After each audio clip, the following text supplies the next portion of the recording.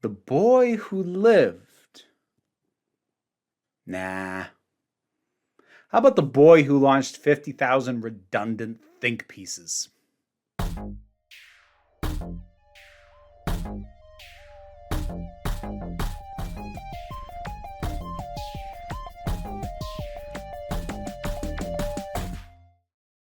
Hey there, folks. This is a weird topic to be talking about again. I do say again because if you started following me 2021 or later, you may not actually be aware of the fact that I used to be pretty openly a Harry Potter fan.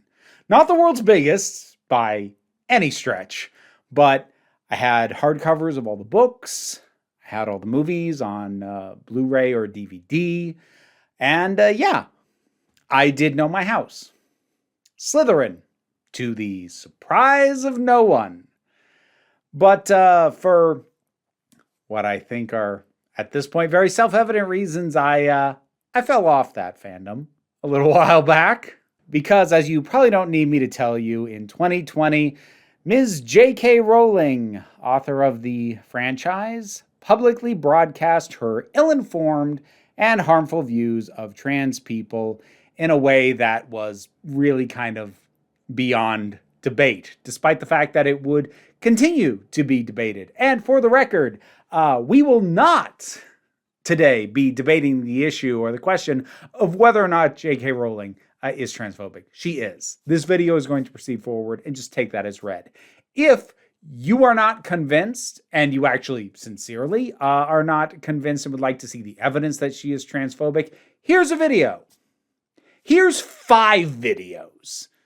I'll put links to these things down in a pinned comment below. So if you need to catch up, that's where you can do that. I'm going to move forward assuming that you already understand that, yes, she is transphobic. But when her essay, I don't know what else to call it, when that came out in mid-2020, that hit hard. And I think for a lot of folks, myself included, it was kind of a gradual process of coming to terms with what that meant. Because there was that window for a little bit of time where people, I think initially a lot of people, thought or hoped that she just was ignorant and didn't understand. And if she could be better educated, that trans people weren't the things that she clearly thought they were, that this would all just clear itself up. But that has been proven emphatically to not be the point over the last 4.5 years. And I know for me, initially, I didn't even take the Harry Potter stuff off the shelves. It probably was about a month after that essay come out that I removed those items from the shelf.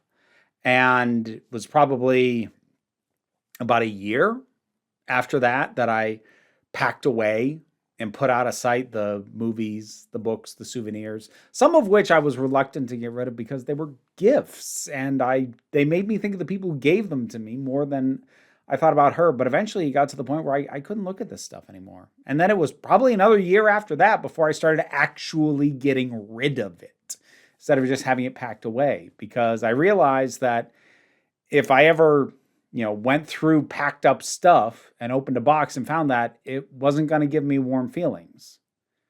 So there wasn't really a point in having it anymore.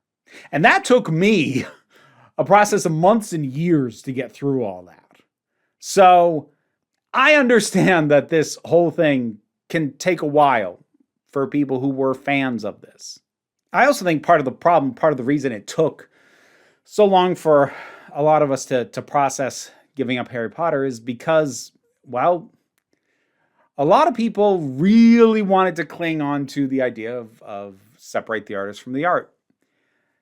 I've talked before in the broad strokes, and I'll bring it up again a little bit here as to why I don't really like that idea generally. But even if you're somebody who goes in for that, that really doesn't work in terms of J.K. Rowling. I think you will be hard pressed to find a author as inextricably tied into the current state of a franchise of this size. I don't think there's any comparison to J.K. Rowling. There just isn't.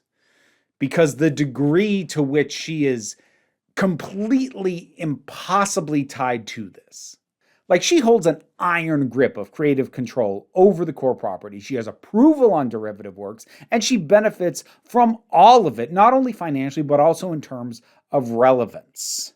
And look, Rowling is far from the only person, the only creator, the only author who has bad views, bad beliefs, bad politics. But I challenge you to find another one that is anywhere near her size and scope, where it is clear that the things she directly benefits from owning Harry Potter are funneling in a direct line to those bad politics, bad beliefs, and harmful actions and words. Because honestly, most creators or authors who maybe have bad beliefs or some nonsense, most of them they'll say it once or every now and then, post a little nonsense on Twitter. Maybe they're donating to some kind of organization on the back end, but we don't really know. We know with J.K. Rowling, because this is practically the only thing she talks about anymore. And we know the kinds of people that she is boosting and funding. And we know that money and prestige that gets her the attention that she is cashing in to do this, it's from Harry Potter. Yes, she's continued to write novels since then. Name one. Yeah, some people have read these things. Some people might even have liked these things, but they're nowhere near the same thing. She's not known as the author of the, Cormorant Strike series? She's known as the author of Harry Potter. That is what all of her resources, money, and fame is built on. So we know how Rowling is using her influence and her money. We know the people she's boosting. We know the pressure she's putting on anyone that she sees as her enemy, which at this point is literally anybody who doesn't share her transphobic views. So we are also, in addition to not debating whether or not she's transphobic, we're not going to be debating whether or not she's causing active harm to the trans community, because she is. And again, pinned comment, check links. I ain't covering it here. So if I'm not here to debate those questions, what are we doing here? Well, over the last year, this year past 2024, I kept seeing videos showing up in my feed that were critiquing the Harry Potter works, generally the books, sometimes the movies, but critiquing the core thing, bringing up problems that exist with it, or broadly or flatly even asking the question, was Harry Potter any good? And I've seen those things cropping up as recently as a month ago at time of recording. And they are well-performing videos made by well-intentioned people, for the most part, I'm fairly confident in saying. But something about seeing those was really starting to hit me in a bad way. And I want to talk about why. Now, don't get me wrong. I'm not saying that question of, was Harry Potter actually ever that good, never had any value at all. I'd actually say that probably one of the best things to come out of Rowling falling off her pedestal was that the fandom was finally open to hearing critique of the work, because let's be real clear about this. The book series didn't suddenly manifest a bunch of new problems in late 2020 into 2021. Because the books and everything that spawned from them, by extension, have always had issues. The ableism, the fat phobia, the anti-Semitic imagery, the fact that there's a slave race which is never freed and wants to remain slaves, all of this and more was true well before summer of 2020. And there were even some people trying to point that out. It's just that they were generally people from outside the Harry Potter fandom, or that the fandom was otherwise not willing to listen to. The fandom got very protective. I actually kind of talked about this a few years ago with a video about how the fandom was incredibly protective of the works in general and Rowling in specific. And I think in some ways, as a misguided extension of the fact that the first group to go in after Harry Potter and declare it bad and horrible was the religious right, who said that it promoted Satanism. And so, yeah. The fandom, unfortunately, got used to brushing off criticism. And when it started coming from other sources, they still continued to brush it off. But when Rowling revealed to the world who she was, the fandom actually finally started listening, or at least engaging with, the criticisms that have already existed and were always valid. So finally being willing to actually face the problems was a good thing, if only to help better educate people on harmful tropes and improve media literacy overall. It was a net positive. Although, you know what? Okay, if you can indulge me this one tiny tangent, there is one aspect of those books that I feel like gets largely ignored by the people who are pointing out all the other kind of problems I brought up, which is that the writing quality got worse as it went on. There's a really sharp decline in the quality of the writing starting in book 4. I have a pet theory on this.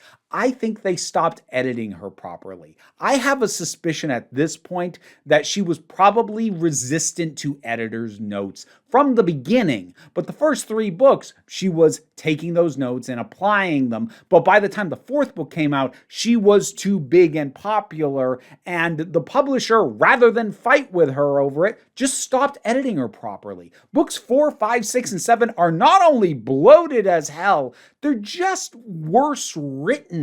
At the core nuts and bolts stuff, you get redundant phrases, repetition of the same words in neighboring sentences that just flat out don't scan.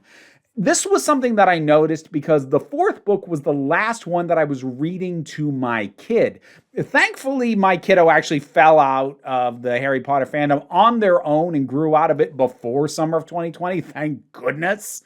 But I remember reading that book to them and like having trouble with some of the sentences because like they just didn't scan properly. It's the kind of stuff that an editor exists to do, but I just found myself thinking, they're barely editing her at this point. I think they just ran this through a spell check and called it a day. Because no matter who you are, no matter how talented you are, everybody needs an editor. And I think they're just stopped. Okay, that's my tangent. Moving on. So anyway, as I said, around 2021, we are starting to get sort of that initial wave and flood of critical videos towards Harry Potter that I think the fandom or the growing quantity of ex-fans were willing to engage with and take seriously. And I do think that that did serve a purpose at the time. I think asking the question, is this series actually any good, was probably part of the collective fan grieving process. For the fans who were grieving. I say by and large, following Rowling's original essay and subsequent actions and statements, the existing fandom, for the most part, split into 2.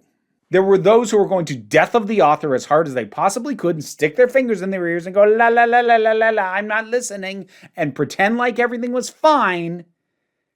And then there were those who were going to try and process what was going on and figure out how they were going to move forward in the wake of this.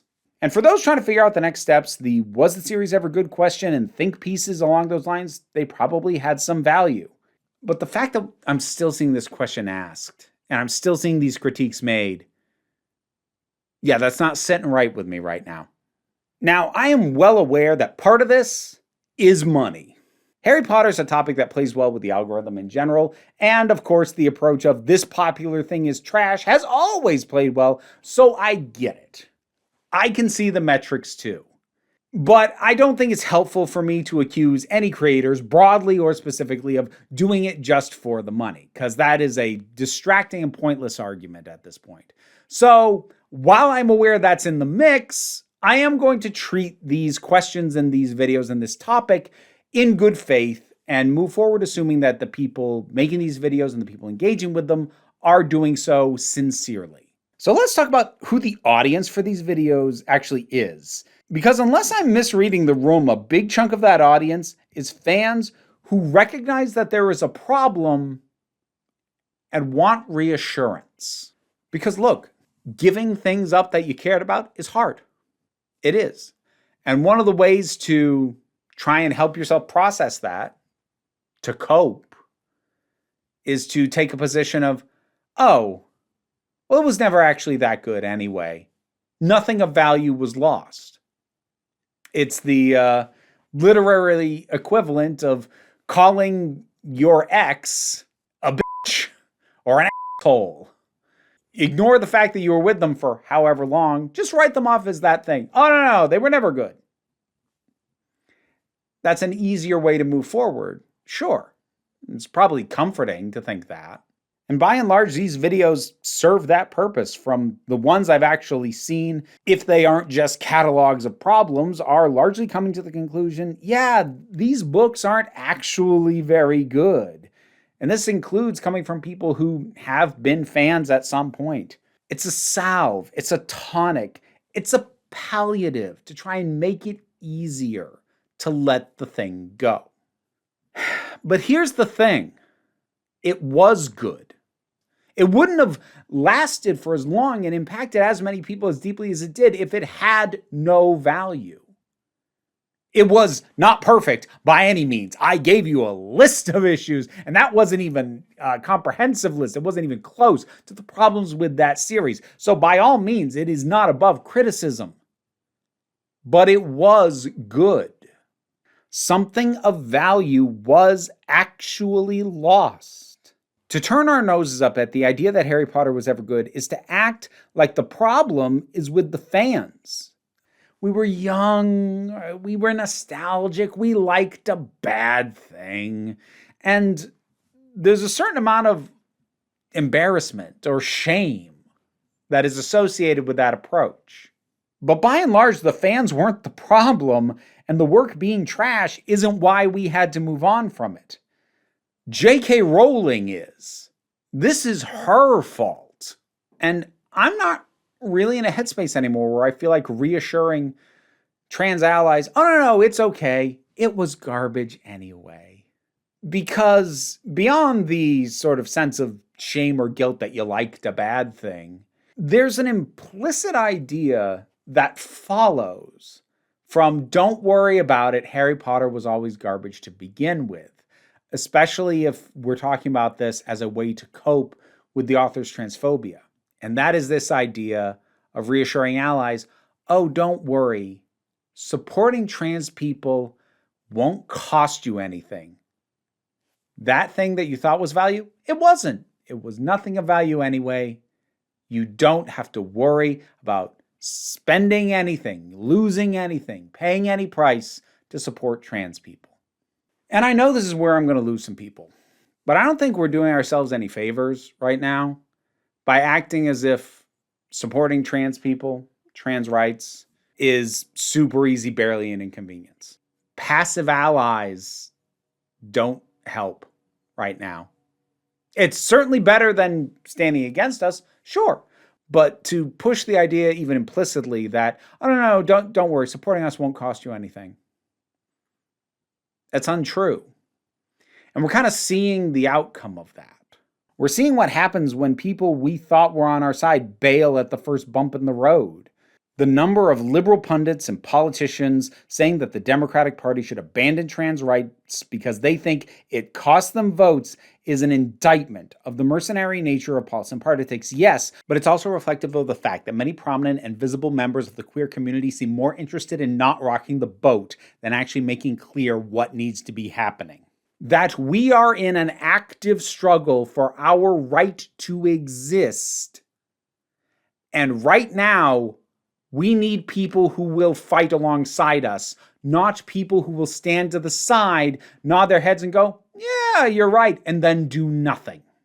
I, for one, no longer have the patience or see the value in reassuring cisgender people, oh, no, don't worry, supporting me won't cost you a thing. And Harry Potter was always trash anyway. No. Giving up Harry Potter hurt.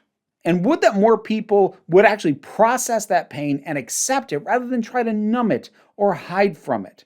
When Hogwarts Legacy came out, anybody who'd been dreaming about a game like that for decades, who actually made the choice to not buy it, did actually give something up. Something of value, something that they'd wanted, something that they made the decision they were not going to have in their life. And if you made that choice, if Hogwarts Legacy was the kind of game you'd been you've been hoping for decades would happen in the world of Harry Potter, and when it came out, if you didn't buy it, if you made the conscious choice not to, thank you. It's easy to frame that as the literal bare minimum, but even if it is the bare minimum, you still gave something up. You still chose to let something that you would have wanted in your life to pass you by. That is not nothing.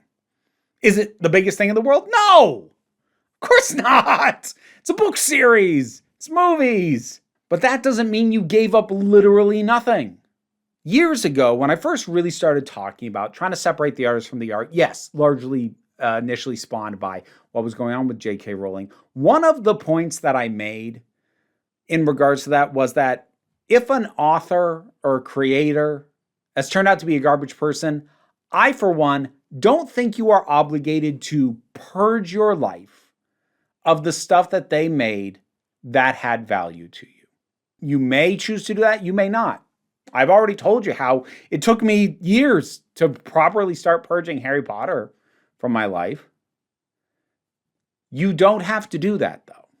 You are not required to give up something simply because the person or persons behind it turned out to be terrible, especially if that was a thing that you got before you knew that about them, or indeed, in some cases, before anybody knew that stuff about them. Rather, what I wanted from people was for them to process the information and decide what was best for them, rather than hide from it, pretend that the inconvenient facts of who these people are didn't exist.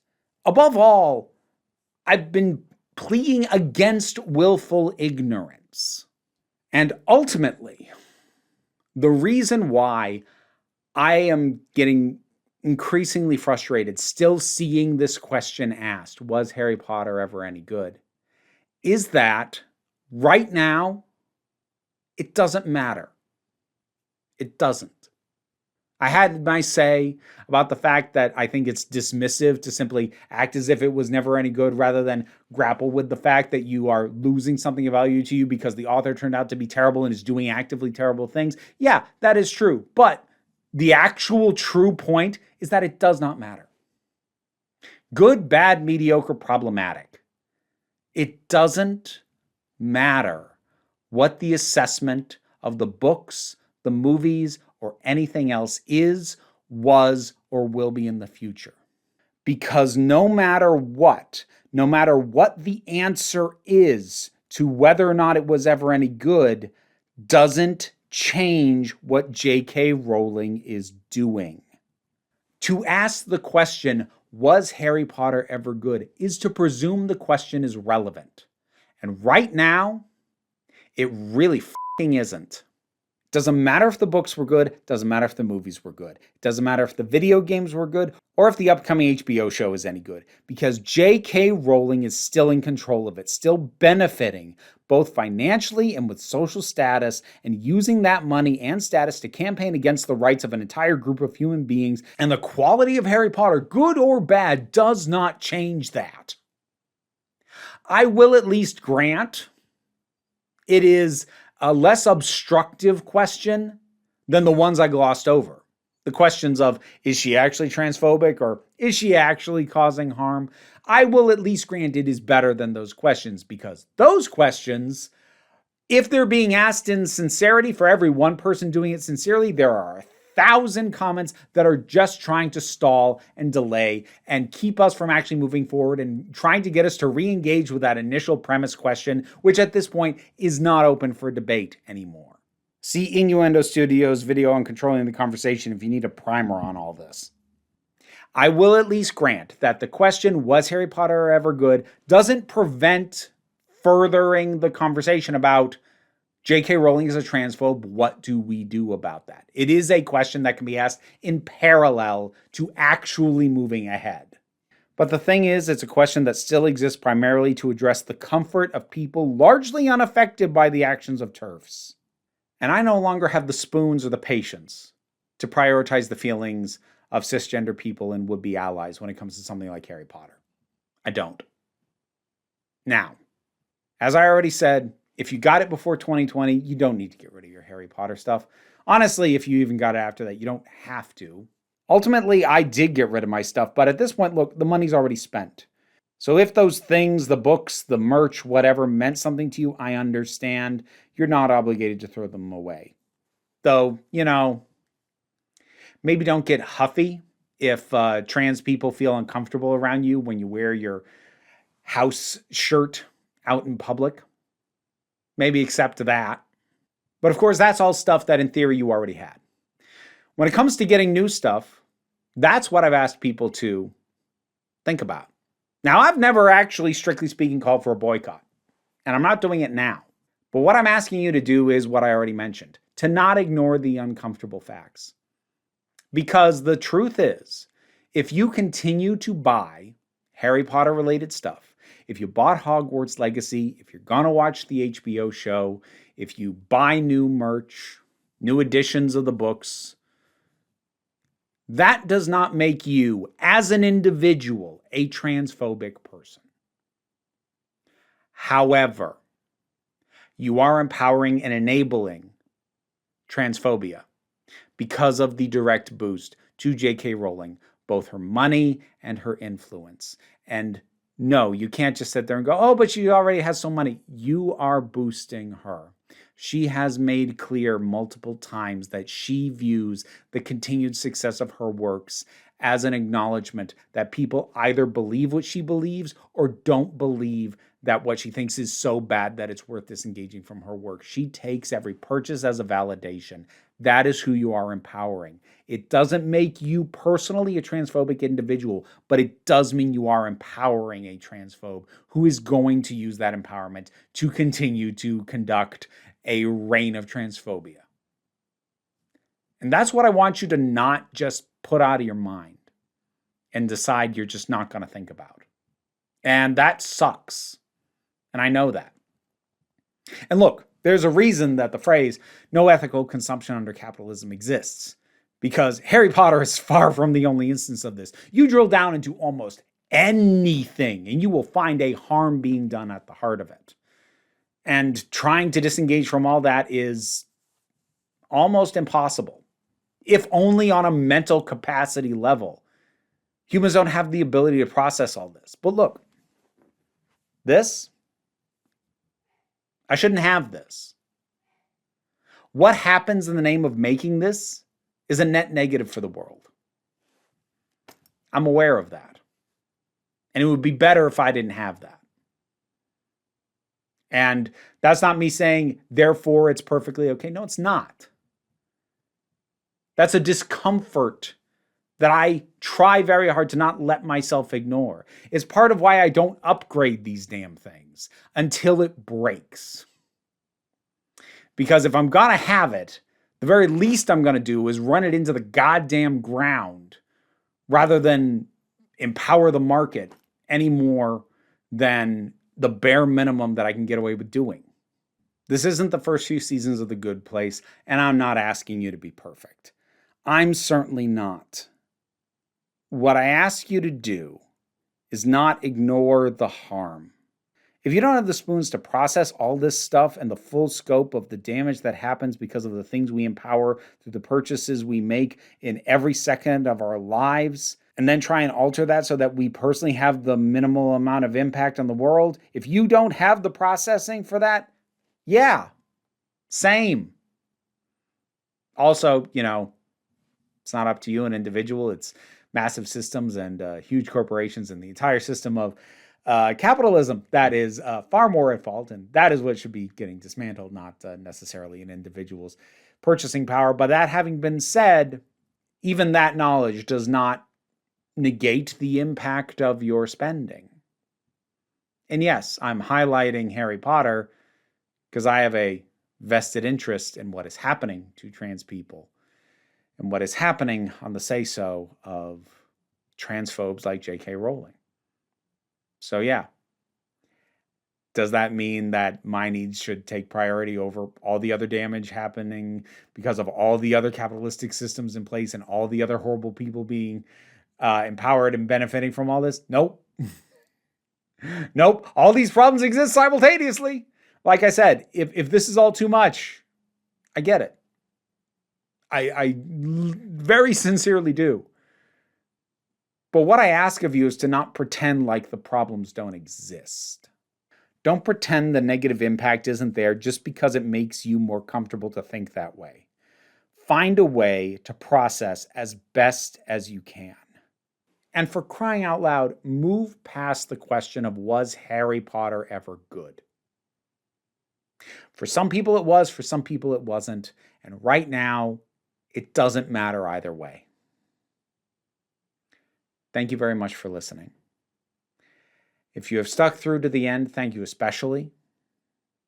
Patreon is what enables me to do this as my living. And whatever thoughts you might have on this, keep them respectful.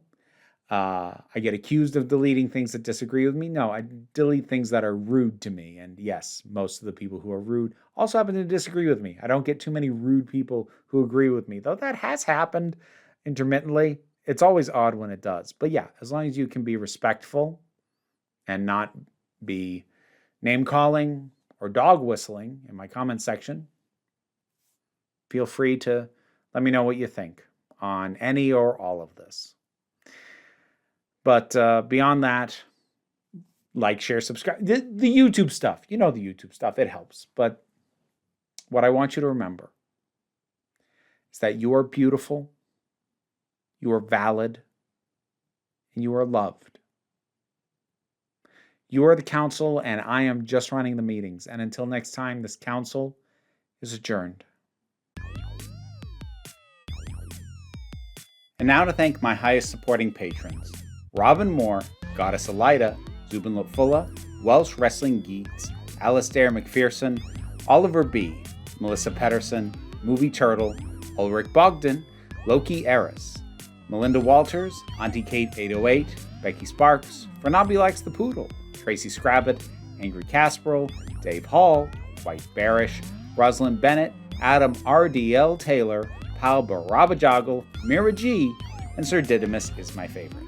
If you'd like me to... I read the names fine, then screwed it up. If you would like to hear me try and say your name while these guys chitter in my ears, check out the rewards on my Patreon. Yeah, you're not distracting at all.